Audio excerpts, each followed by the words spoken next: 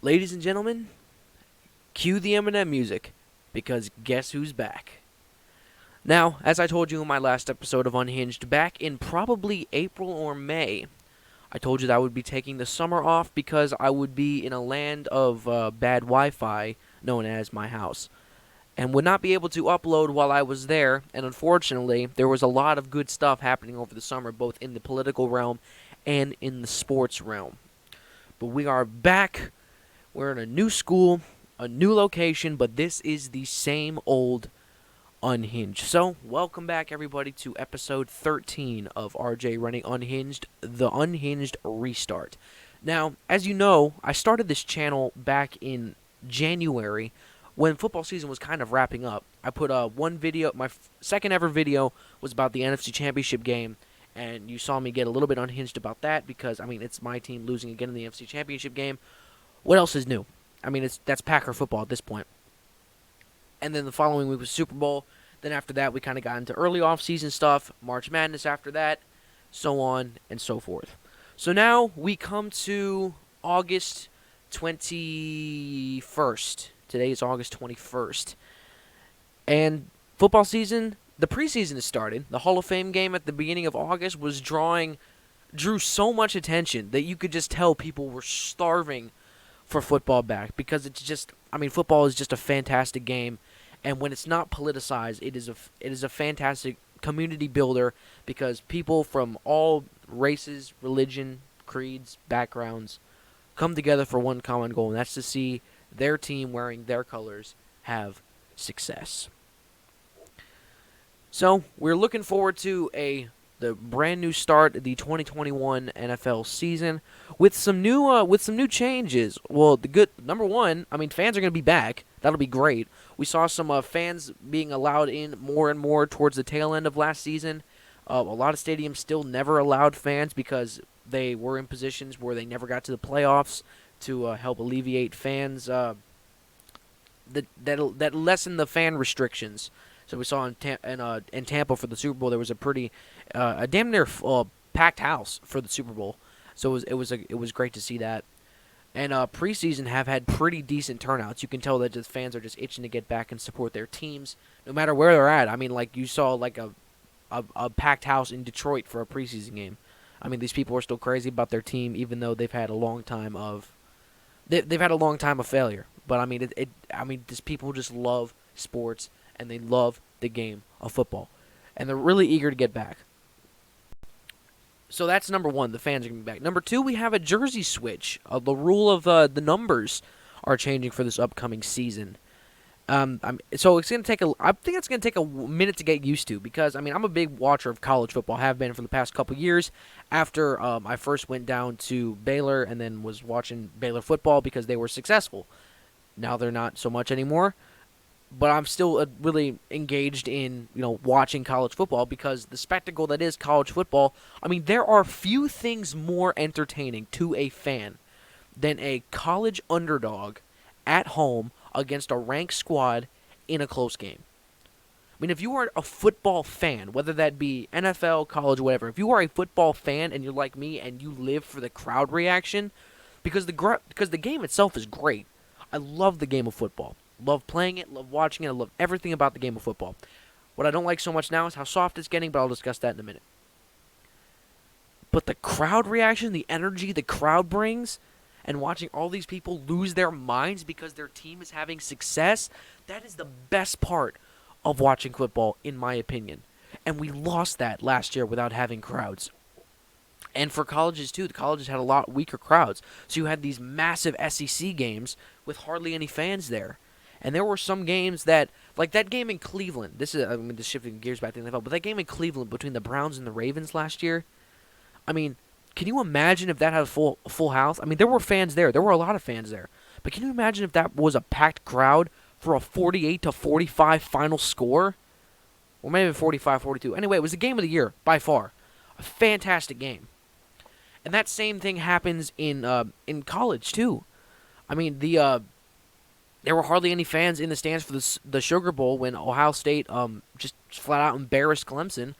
I mean, can you imagine if they would have let a lot more Ohio State fans in there and let them go crazy, that they had gotten their revenge, not only gotten their revenge, but just demolished the team that had beat them the year before?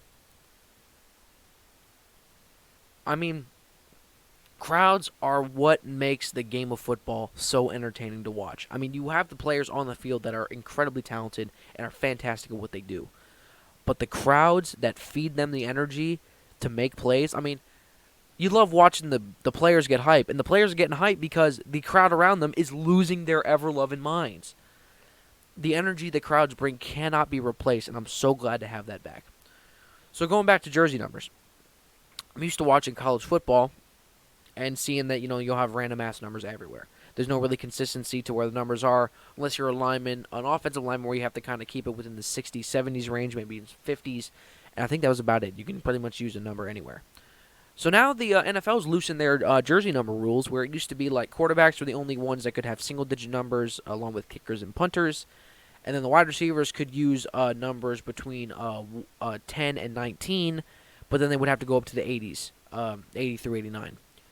Well, now 1 through 10, 1 through 19 is available to quarterbacks, punters, receivers, running backs, defensive backs. It's available to everybody that's not an offensive lineman. So they pretty much just put the college jersey number rules in effect for the NFL, which I think was kind of an exchange. Like, they gave the players some more of that stuff so they could get their 17th game. That's the third thing. There's an extra game this year. I mean, the 17-week era is officially over. There will be 18 weeks of NFL football this year, and after only 3 weeks of preseason. It's the largest season in history, and I think the NFL needs it because they need to make their revenue back. Because they lost so much money from not being able to have fans in the building. They lost so much. They lost a lot through their SJW stuff. I mean, they are in knee deep in the hurt locker as far as funds go. So those are some minor changes. Now the biggest change that's coming up for the NFL is probably this taunting rule. And why is sports becoming so soft? Why are you penalizing players for celebrating the success that they have on the field? Do you know how hard it is to become a professional player? You know, all these people who are getting their feelings hurt. Like, Cam Newton was probably the biggest proprietor of this.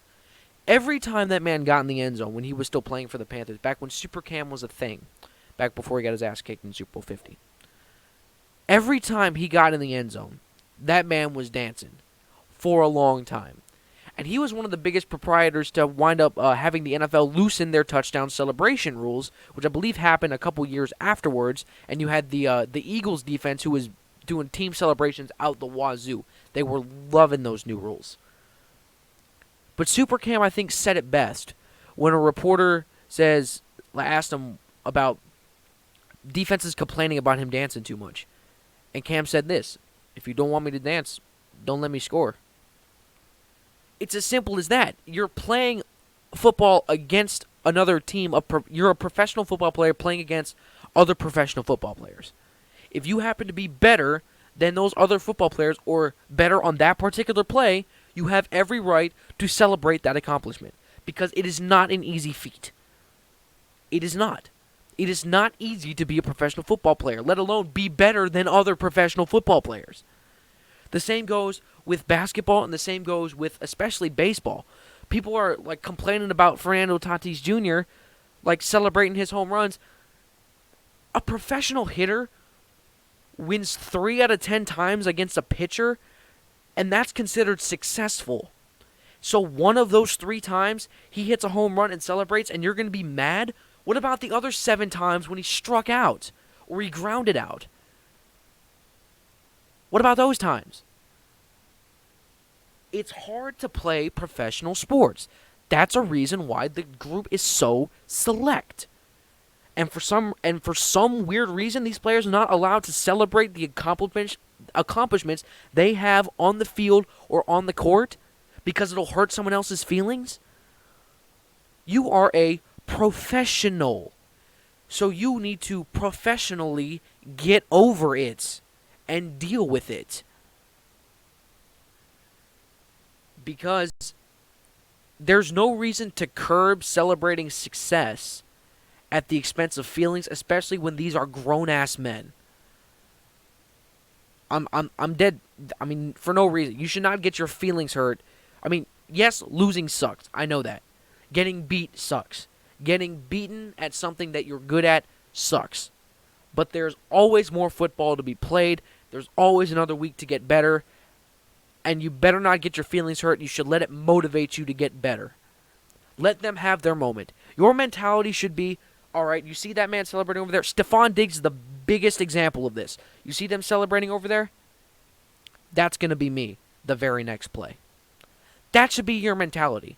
Not, oh, my feelings are hurt because they beat me and and they're celebrating. My feelings are hurt. So don't let them celebrate. Don't give them reason to celebrate. Be better than them. Be better than you were the play before. Feelings do not belong in professional football. Or sports for that matter. And caring about feelings should definitely not have a place in professional sports. Success should be allowed to be celebrated unhindered. Now, granted, there are extremes to that rule that, I mean, are understandable. But this new taunting rule where if you get up and you're hype and you're like, and you maybe even gesture in the general direction of a player, could draw a 15-yard flag, that's ridiculous. And I think you're going to see fans get pretty pissed off pretty soon about their teams getting penalized because of very minuscule stuff. So the NFL is going to have to retract that rule because it's going to bring them a lot of backlash. And the more and more, they're already bending the knee to a lot of this social justice stuff. But if you want to start bending to people that think players are getting their feelings hurt, then you need to change your entire mentality.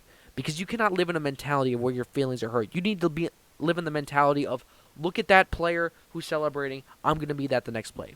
And I mentioned Stephon Diggs. He stayed and watched the Chiefs get their rings, get their AFC trophy and get their hats and stuff. Celebrate winning the AFC. Expect Stephon Diggs to have a huge year this year because he's motivated. He didn't get his feelings hurt. He focused. He found motivation. He got better. He is going to get better because now his goal is to be the one up on that podium looking down at the team that they just beat. That's where your mentality should be. Not wallow in your self-pity. Find a way to get better to make sure it doesn't happen to you again. So there's some updates, and that was a little bit of a rant. Like I said, this show is never scripted. That all just kind of came off the cuff. That's what happens on this show, and I really enjoy doing it. So we're gonna be back, and it's gonna be fun because my goal is to post a video every Tuesday about the previous week of NFL football because it will wrap up on Monday. We'll have all final stats. Try to do maybe a player of the week, maybe. And maybe I'll give you fantasy football updates because I'm going to be in 2 fantasy leagues I think that I care about, and we'll see how that goes. Last year, I lost in a Super Bowl because of Alvin Kamara, and I got knocked out of my playoffs because of Alvin Kamara. Both were because of his 6-touchdown game on Christmas Day. And Christmas Day is also going to be a fun day, but I will explain that later on because that's going to be a long ways away. But the game that happens on Christmas Day is gonna be a good one, especially between me and the man that sleeps in the bed right behind me. So, thank you for tuning in to this episode of Unhinged. Like I said, I'm gonna try to get a video out every Tuesday. Not until football starts. So probably give it a couple weeks until football starts, unless there's some pressing news that I should go over. I'm gonna try to keep it more sports oriented during football season because that's kind of happens. Maybe touch on some playoff baseball when that comes around. The NBA when it picks back up, but expect a Tuesday video on football when football season starts. So anyway, thank you for tuning into this episode of Unhinged. I, as always, am RJ Rennie, and thank you for watching, and we will see you next time on Unhinged.